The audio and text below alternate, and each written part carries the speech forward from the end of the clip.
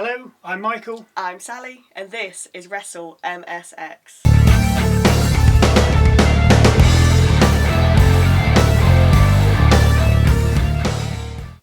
Sexy Red was in the ring to start with and did absolutely nothing.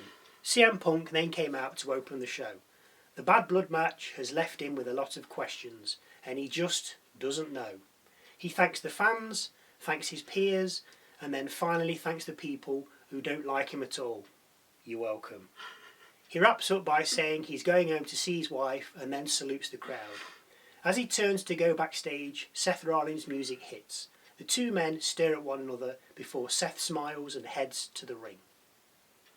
Rollins hopes Punk gets well soon, and then says, "The sooner you come back, the sooner I can retire you for good." He's here for Bronson Reed, accusing him of wanting to make a name for himself. Seth tells him to name the time and the place, but this time he'll be expecting him. As Seth's music plays, it's interrupted by Jey Uso as he heads out for his match for the Intercontinental Title against Xavier Woods. It feels very rushed tonight. Everyone has a couple of lines, and then they gotta leave the ring. Whether that's because it's only 2 hours, I don't know. Anyway, on to the match. Woods accompanied by Kingston, of course. Bit of a slow burner and not a lot happened really. A few hits and kicks before the break. Then we come back and there's more hits and kicks before Woods launches himself off the top rope right onto a super kick from Jey. Jey then goes up top, executes the Uso splash and covers Woods to retain his championship. Jey goes to shake Xavier's hand after the match, but Woods is having none of it. Woods leaves the ring while Jey continues to celebrate, but it doesn't last long as Bron Breakker spears Jey. Kofi sees this and tells Woods they gotta help. Woods has no interest, so Kingston runs down to aid Jey on his own. He gets in the ring but then suffers a spear. Kofi rolls out the ring with Woods going over to check on him, but Breakker gets out the ring, runs round it and spears Woods too. Breakker then gets back in the ring, runs the ropes and spears Jey one more time for good measure. We hear from Rhea Ripley, pre-recorded, and she tells Liv that she's delaying the inevitable and that she needs Raquel. Rhea says that she's now going to have to go through both of them. We then see the mysterious runes once again. Back from the break and backstage, Jackie Redmond asks Bron Breakker what's going on after the respect he showed Jey last week. Bron says nothing and carries on walking. That's because we only have a 2-hour show. We ain't got time for no chit-chat. We then see a tweet from Triple H saying that he knows what happened after Bad Blood between Cody Rhodes and Kevin Owens and that the incident will be dealt with internally. Back from the break and we see The Miz speaking with Karrion Kross. He says he attacked R-Truth for himself, not because of Kross. While they're talking, the words "There you are" flash up on the screen, followed by the Wyatt 6 symbol. Miz carries on saying that the WWE Universe have forgotten who he is. R-Truth then enters the shop, forgives Miz for what he did, but Miz says that the awesome Truth is done. Miz then makes a match between himself and Truth for next week. So the Wyatt 6 are going after Miz? Wow. You know what'll happen in the end. He'll ask for the Final Testament's help, or they'll offer it, because it can't just be Miz against the 6. No, he'll just get absolutely destroyed. Back to the ring and time for a good old-fashioned Donnybrook match. Sheamus versus Pete the Butch Dunne. Both come to the ring already armed with a shillelagh and cricket bat respectively. Sheamus controls the start with some big hits and an Alabama slam before throwing Dunne out the ring. Dunne responds by hitting a huge DDT off the barrels that are around the ring on Sheamus before Sheamus responds by throwing Dunne onto the announcer's table. Back from the break and we're back in the ring with Dunne on top. Well, he was until Sheamus hits him with his shillelagh and a power slam. The follow-up cover getting Sheamus a 2 count. A superplex gets Dunne a 2 count before both men leave the ring and end up on top of some whiskey barrels. Sheamus then gives Dunne 10 beats of the Bow Rain before hitting white noise from the double-stacked barrels through the table. Love it. Sheamus gets Dunne back in the ring, drops him with a Celtic cross and then covers Dunne. Dunne, unbelievably, kicks out on 2. Dunne then picks up the cricket bat that's in the ring and cracks Sheamus on the back with it. Dunne goes for the cover but only gets a 2 count. Wade Barrett then references Ian Botham, which to be honest will be lost on most of the viewers. Anyway, back to the action, and Dunne finds some zip ties Sheamus' hands together behind his back, and then floors him with a kick to the jaw. The resulting cover only gets him a 2. So Dunne resorts to the cricket bat, but as he's about to bring it crashing down on Sheamus' head, the Irishman manages to knee Dunne, bro kick him, and then flop on him like a fish to cover him. Sheamus gets the 3 count and beats Dutch in what I thought was quite an entertaining match, to be fair. Let's have some more of them Donnybrook matches. Backstage, and we have Kathy Kelly interviewing Cody Rhodes.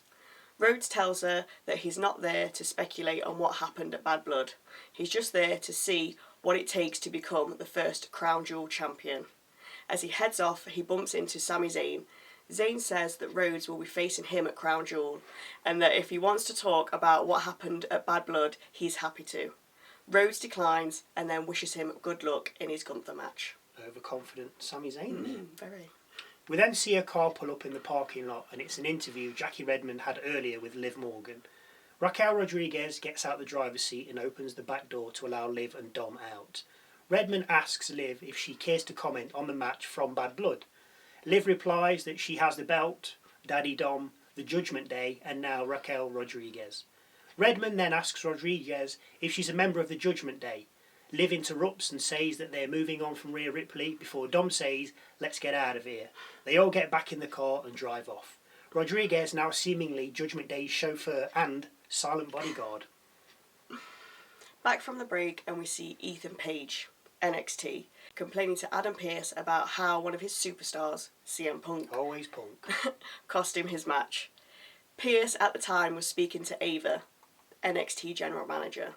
She tells Paige she's off the clock and not interested in what he has to say right now.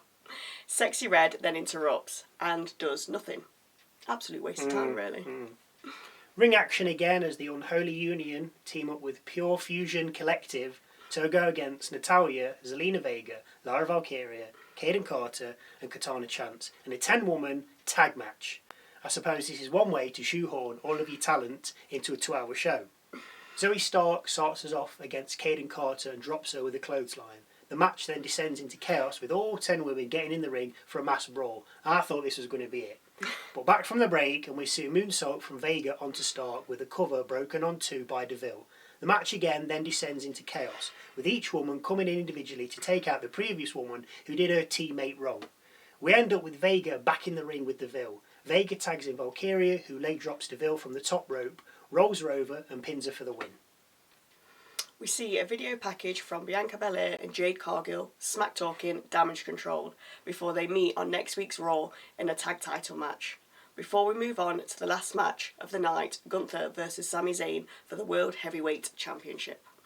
Gunther wrestles Zayn down to the mat. Zayn escapes and drops the top rope, sending a charging Gunther over the top and out of the ring. After the commercials, we see Gunther back in the ring and in charge, with knife-edge chops, normal chops, stomps and side headlocks. Gunther then locks in a sleeper, but Sami hits him with a blue thunder bomb for a 2 count. Zayn then ground and pounds Gunther, with Gunther escaping under the bottom rope, only for Zayn to follow. Gunther's able to set Sami up for a powerbomb, but Sami counters, dropping Gunther onto his back. An exploder into the crowd barrier, followed up by a haluva kick, seems to knock Gunther out. The problem is, Sami needs Gunther in the ring to beat him. Zayn picks up Gunther, rolls him in the ring, and hits him with another haluva kick. Zayn then lines up for one more. This time though, Gunther meets him in the middle of the ring with a clothesline, laying him out. Gunther covers, but only for a 2. Gunther goes for a powerbomb. Sami counters into a roll-up pin, again for 2. Gunther then shotgun drop kicks Sami and follows it up with a powerbomb and cover. Zayn kicks out on 2. Zayn then no-sells another powerbomb and cover by kicking out on 1. Gunther looking on, stunned. I was stunned. Gunther, now incensed, goes for the big finisher. A sleeper, and it works. Sami's asleep, Gunther wins, and hopefully we can move on from this and allow Gunther to fight some real big dogs like Seth, Drew, Braun, etc. That's what we want to see. As Gunther makes his way back up the rampway, Cody Rhodes heads out, and Raw goes off the air with the 2 champions staring at each other.